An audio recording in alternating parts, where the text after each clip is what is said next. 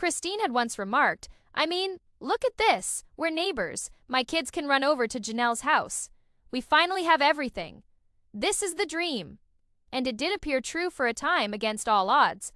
The Browns had succeeded in living the suburban American dream. Times four. 4 homes. 1 family. A quiet cul-de-sac. They could finally call their own. They had stability, financial security, a sense of community, and for a brief moment, peace. But soon, a bombshell lawsuit built on insider reports and exclusive theories we'll explore today would claim that the very man who created this dream had secretly plotted to destroy it, all to protect a secret he shared with his favorite wife. Welcome back to Reality Recap, where we explore furthest into the Brown family drama, with insider reconstructions and theories you'll never find anywhere else. The following is a careful construction on the basis of reports close to the family and a legal theory that has been circulating privately. It is a tale of supposed manipulation, so profound it didn't only shatter hearts, it ended up in court. Before we go into the Browns' conspiracy that rocked their financial stability, do us a quick favor. If you like sleuthing and getting behind the scenes, hit like on that. And if you haven't subscribed yet, make sure you click subscribe and ring the bell so you don't miss the second half of our investigation. Now, let's go back to the cul-de-sac of dreams.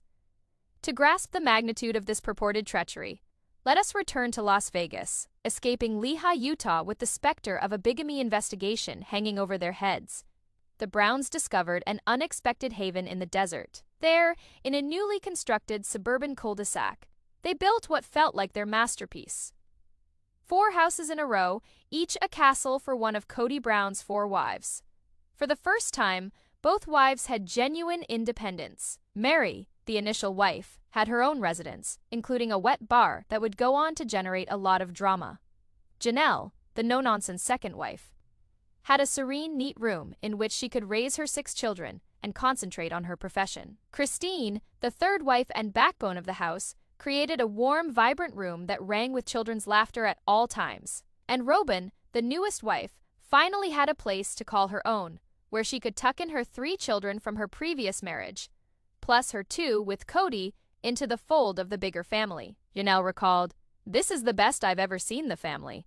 The wives get along. The kids are together. We've got our own doors, our own mortgages, our own identities. It works. It really works." It did for a time. The cul-de-sac wasn't a collection of homes. It was a system. It solved the one problem that had plagued them in the Lehi house: too much forced proximity with no solitude here. They had room and togetherness. Kody could drift between houses like a king among his 4 queens. The 18 children had the whole block to be their playground. Financially, it was their wisest decision yet. They weren't renters anymore. They were owners. They had equity, deeds, and real security. For the first time ever, this wasn't just Kody's empire. It was theirs. They'd survived public judgment, fled Utah under turmoil, and emerged more formidable and richer. Friends close to them at the time recall a genuine sense of pride that filled the cul-de-sac. Christine particularly felt that this was what plural marriage had delivered. Neighbors, not roommates. A husband whose visits she could count on, and her own place to reign. Janelle did well in her routine, balancing work and family life. Even Meri, despite cracks with Kody already beginning to appear, had her own haven. And the timing was good. The market boosted the worth of their houses. Every increase in equity was confirmation they'd made the right decision. A cushion for the future. This security was the tenuous basis of their tranquility, but insiders say it was also the subject of a deliberate betrayal from within, a snake in their garden. Because even in heaven, there are shadows. And as the Vegas years passed, insiders reveal one shadow grew longer than all the others. An alliance forged from favoritism and backroom maneuverings. The equilibrium that had previously kept the Browns together started to shift. All along, many had suspected it, and the family insiders verified it. The source of tension was Kody's more monogamous type relationship with wife number 4, Robyn. The rotation, which had been the holy beat of their union, started to wobble. His time with Meri, Janelle, and Christine became shorter, nearly robotic, as his days with Robyn expanded. She was the one he shared things with, the one whose children got most of his fathering vigor. Christine confessed, This isn't what I signed up for. I don't want to be the third wheel in my own marriage. When he is here, I want him to really be here." The other wives also sensed the change. Christine struggled with emotional abandonment. Janelle, ever pragmatic, witnessed the fiscal and practical fissures opening up. Meri, already distancing herself from Kody, retreated into solitude. The cul-de-sac that had once been a symbol of togetherness started to feel like 4 isolated outposts. It was in this increasing discontent. Sources claim that Kody and Robyn first started building the foundation for their grand scheme. Step number 1. The one home concept. On its face, it seemed like a return to their beginnings, a solution to their fragmenting relationships. Kody sold it as a means to heal. One grand house where everyone could reside as one family again, like they had in Lehigh. He spoke of a large mansion, one roof, one family, all as one. "Living apart is pulling us apart," he cried out. "We have to be one family again. It is about the principle." The wives shuddered. Independence had made them who they were today, and none of them were willing to surrender that. They recalled the choking tensions of the Lehigh house. With their kids older now, teens and young adults, they understood it would be a volatile situation to place 4 women and their families in one home again. Janelle resisted at once. "Not going to happen. I like my independence. I like my front door. We work better this way." Christine was biting. To her, it wasn't about unity. It was a trap, a way for Kody and Robyn to center their relationship while pushing the rest into the background. The one home plan was rejected outright, but on the theory of the lawsuit, it had never been the true plan in the first place. It was misdirection, a decoy meant to pave the way for the real objective, ripping the family out of the familiarity of Las Vegas to a location that benefited only one individual's interests. The refusal of one home provided Kody and Robyn with just the narrative they wanted. They were now able to say that Las Vegas itself was the issue, and that the cul-de-sac design was the thing dividing them. Master manipulation, manufacture a problem, offer a solution you know will be turned down, and then use rejection as an excuse to implement the real agenda. The chess pieces were in motion. All they needed was the catalyst. That fire, the lawsuit claims, was an acceptance letter to a distant university. What Kody defined as God's call. The demise of the Las Vegas dream began with one family meeting. With Robyn beside him, Kody unveiled his new vision. It was no longer one house. It was a new state, a new destiny, a new life. He came not with an idea, but with revelation. "I've been praying," he told them. "Vegas is getting too liberal. It is not the place to raise our younger children. I've had a spiritual experience, a calling from God. We must leave." The wives were floored. No warning, no negotiation. Christine and Janelle were particularly shocked. They'd just spent years establishing roots, jobs, friends, children in schools and universities. Christine protested. "My kids are fine. My daughter's a high school senior. You tell me to move her now, not on your life. This is where we live." Janelle resisted. "Where would we go, Kody? We have mortgages, money owed." Even Meri, typically more aloof by then, confessed she didn't know where this was coming from. But Kody had been ready. On his whiteboard, he had made a list of where they could go: Utah, Wyoming, and one Arizona town called Flagstaff. He framed it as an adventure, returning to conservative, family-oriented living. Wide expanses of land, crisp air, and the potential to create the one-home vision on a large tract of land that he dubbed Coyote Pass.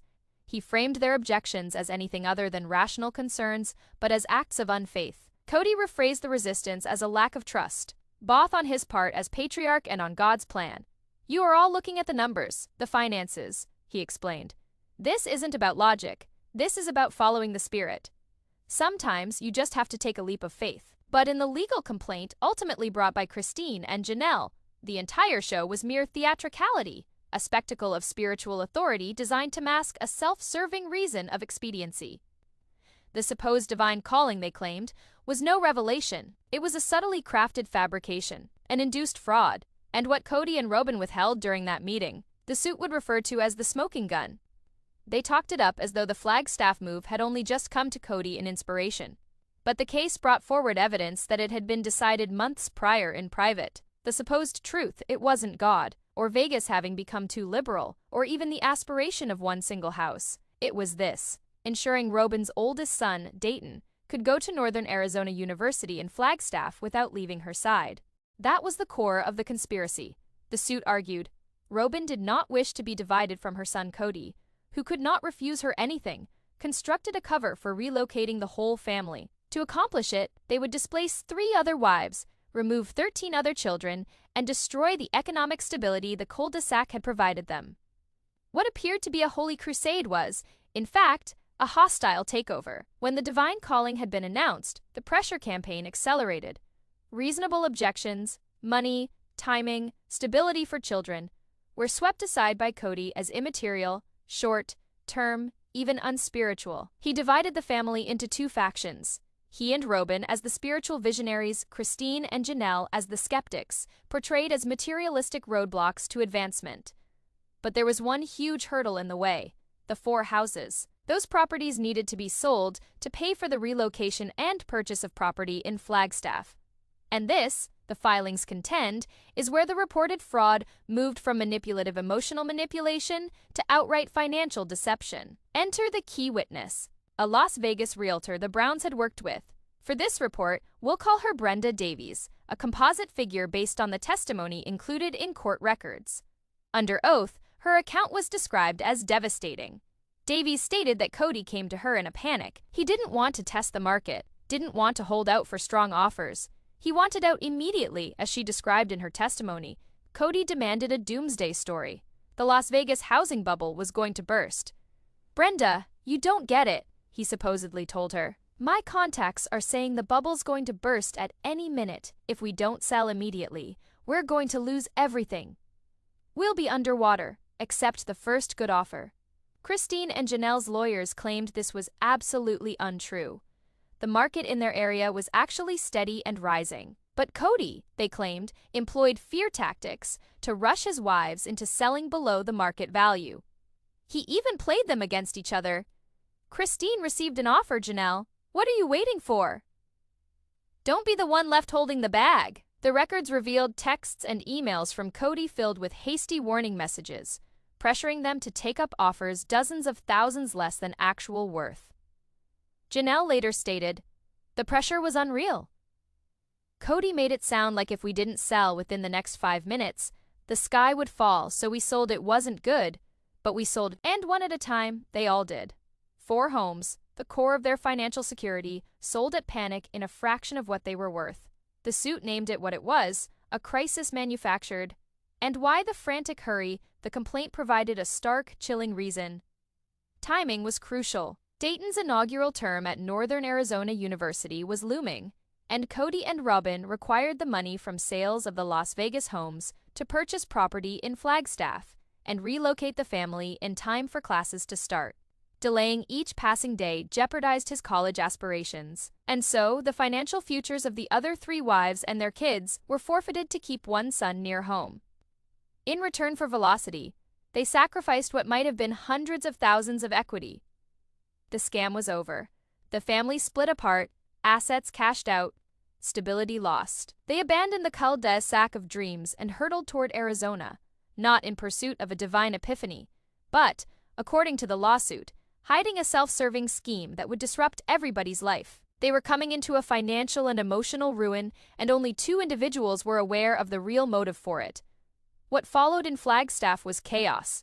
Insiders claim the inevitable consequence of that fraud, and it opened the door to a court battle that could reveal all. In Part 1 of our investigation, we dissected the theory behind the Browns' fated relocation from Las Vegas. We reviewed the complaint sued by Christine and Janelle against Kody and Robyn for conspiring to deceive the family into departing under cover of a spiritual calling, whereas the actual motive was to have Robyn's son, Dayton, remain near while he studies in college in Flagstaff. We set out how they supposedly manufactured a housing crisis to compel an urgent sale of the Vegas properties, draining the family coffers to further their own agenda.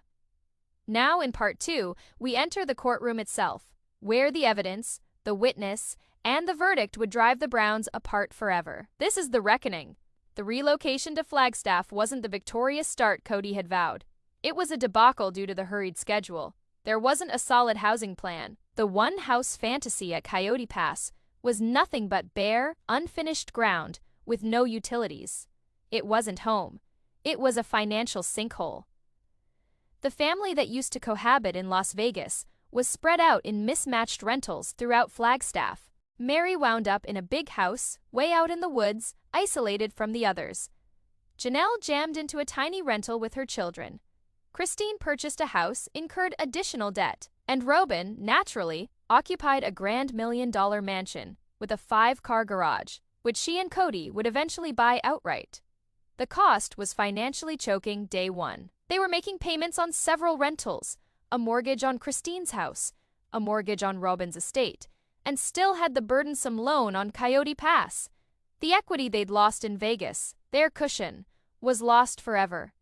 The psychic toll was worse. The children were unhappy, displaced from schools and friends. The wives who once stood together now lived solitary lives. The vow of unity had brought just the opposite, the most broken iteration of the family to date. Christine confessed, "We're not a family anymore. I don't even know what this is. We're just living separate lives. I feel completely alone. What did we do this for? What was the point?" That query plagued Christine and Janelle for years. They had left behind their homes, their children's stability, and their financial security for a dream that was soon becoming a nightmare. In the meantime, Kody's life more and more centered around Robyn's mansion. The alleged focus of the relocation, Coyote Pass, remained unused, unbuilt, nothing but dirt and broken promises. Resentment brewed. Janelle, being the family's bookkeeper, saw the figures and knew the astronomical losses. Christine bore the emotional brunt each day. Soon they started comparing notes, and a chilling picture emerged. The call from God they came to know had never existed. The motive, when assembled, was agonizingly clear. Finally, when Christine was gone and Janelle had officially distanced herself, the two ladies decided they couldn't let it lie. They gathered resources and hired legal representation. According to insider accounts, they weren't looking to get their story out, though that was a part of it. So much as they were looking for justice, they wanted restitution. They brought a joint civil action in Clark County, Nevada, against Kody and Robyn Brown. The claims were shocking: conspiracy, breach of fiduciary duty, and at their core, fraudulent inducement. The case rested on a simple argument, and one that would prove devastating in its implications. Christine and Janelle's attorneys contended that, as spiritual wives in a plural marriage, their clients had placed Kody Brown solely in charge of acting in the family's best financial interests. He owed them a fiduciary duty, a duty to be honest and open. The suit alleged Kody, in tandem with his legal wife Robyn, knowingly and willfully violated that duty. Based on the suit, the two concocted a tale, a call from God combined with threats of an impending market collapse. The actual, unspoken motivation was to compel Christine and Janelle to sell their assets and relocate to Flagstaff. That move, the complaint claimed, held no value to Christine, Janelle, or their 13 children. Instead, it served only Kody and Robyn, helping them relocate to a city selected to fit Robyn's son's college aspirations, all paid for at the family's expense. The women weren't merely suing for emotional damage. They sought financial compensation, millions of lost equity, refund for the abortive relocation, and payment for emotional damages. What had been reality television soap opera was now being prepared as evidence for the courtroom. Exhibit A was presented, the timeline of lies. Descriptions of the trial called it a spectacle. But Christine and Janelle's case was firmly grounded in reason. Their lawyer, a gritty and no BS woman, began by taking the jury through what she termed the timeline of deceit. It was the prosecution's exhibit, a there smoking gun. The lawyer started, "Okay, let's set a baseline. November of last year. Dayton, accompanied by his mom, Robyn, and his de facto dad, Kody, fills out his college application. A typical occurrence in most households. She went on step by step. We get to February of the year of the relocation. That is the important date. Kody and Robyn understand by the 20th of February that if Dayton goes off to the university he has chosen, he must move to or be close to Flagstaff by the month of August. After that, the lawyer explained, the clock started ticking, but rather than telling the rest of the family, Kody and Robyn remained quiet. Business as usual went on in the Las Vegas cul-de-sac. Christine and Janelle made mortgage payments.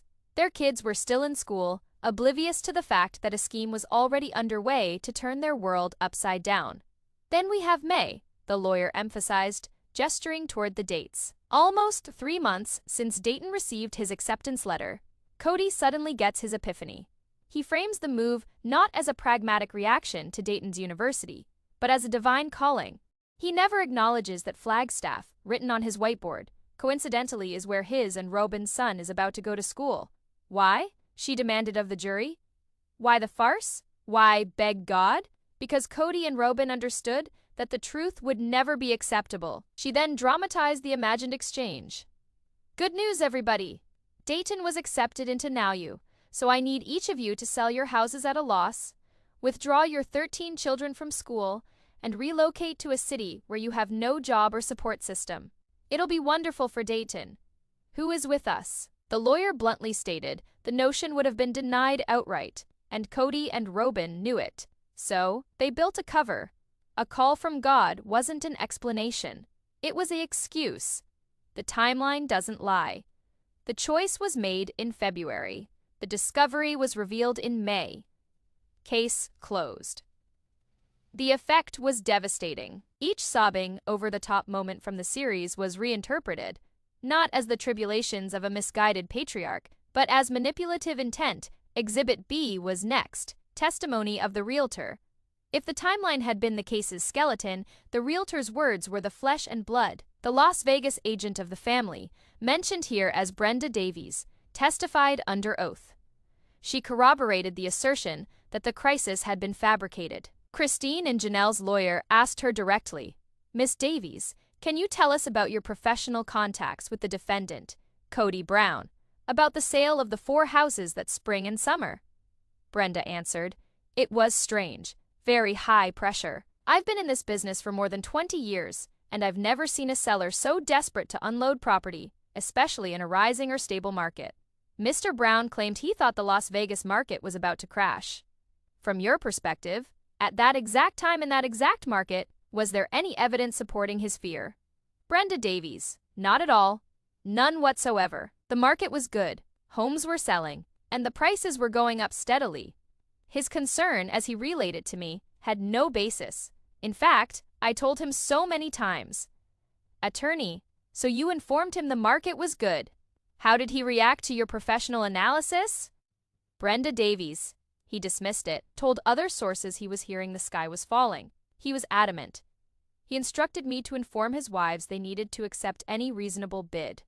But his definition of reasonable was far less than what I knew the houses were worth.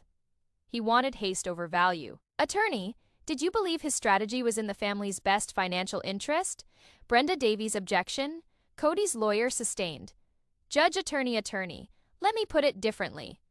Did Mr. Brown's plan to take lowball offers in a strong market cause a significant loss for the sellers? Brenda Davies. Yes, a very significant loss, based on the comps then, and how the market performed afterward. I'd say, by rushing, the family gave up well over $500,000. Maybe more. Her testimony hit like a bombshell. It connected Kody's manufactured panic to an enormous loss of money. This was not merely bad judgment. The lawyer claimed it was a willful sacrifice of his other family's equity in order to fit into his and Robyn's deadline. He hadn't simply deceived them on a spiritual level. He had actively undermined their finances, employing false information regarding the market to coerce them. At this stage, 2 cornerstones of the conspiracy were evident: the ulterior motive revealed by the timeline, and a financial scam proven by an expert. All that was now left to learn was Kody and Robyn themselves. Accounts from the trial described Kody's evidence as a lesson in bluster and contradiction. He appeared combative, emotional, and evasive. Attorney, Mr. Brown, let's go back to the timeline. Dayton's acceptance letter is the 20th of February. Your divine revelation occurs in May. You never brought up your son's college plans as a motivation for the move. Why not, Kody? This is absurd. My spiritual life is mine. It has nothing to do with college. God spoke unto me. He told me to extract my family out of the sinfulness of Las Vegas. This is persecution of my faith, attorney. So it is just coincidence, pure coincidence, that the Spirit took you to a list of cities that had the very same one where your favorite wife's son would be studying university 3 months later. Kody, it was providence. God works in mysterious ways you wouldn't understand. The attorney proceeded to focus on finances, referring to the realtor's testimony. Attorney, Mr. Brown, you informed your wives that the market was going to crash. Miss Davies, an expert, testified that this was false. Were you lying or were you wrong, Kody? I have business acumen. I sensed it in my gut. The market was going to tank. I was protecting my family. I am the leader. I make the tough decisions. Attorney, and your intuition trumped market information. And just in time, having everyone sell out at a loss so you could move to Flagstaff ahead of the fall term, didn't it? If Kody's was a tempest of rage, Robyn's was a deluge of tears. She played the part of the bereaved mother in the crossfire, a position that audiences of the show knew well. Robyn, I don't make sense of any of this business. I just wanted my family together. I followed my husband. That is what a good wife does. Why are they doing this? Why are they ripping us apart with deception? Attorney, Mrs. Brown, did you or did you not know that your son Dayton had been accepted to Northern Arizona University when your husband presented the divine calling? Robyn crying. Yes, sure, I was proud, but not for the reason. It was Kody's announcement. I was as stunned as everybody else. Attorney surprised that your family would relocate to the only city in Arizona where you had a sudden urgent need to be. Did you ever tell your husband? Kody, perhaps we should mention to the others Dayton's college is a big factor in why we're looking at Flagstaff, Robyn. I don't recall. It was hectic, I trusted Kody, but the lawyer probed deeper, producing proof of Robyn's own diligent research into Flagstaff. Emails to Dayton's mentions of life at now, all before Kody's alleged epiphany.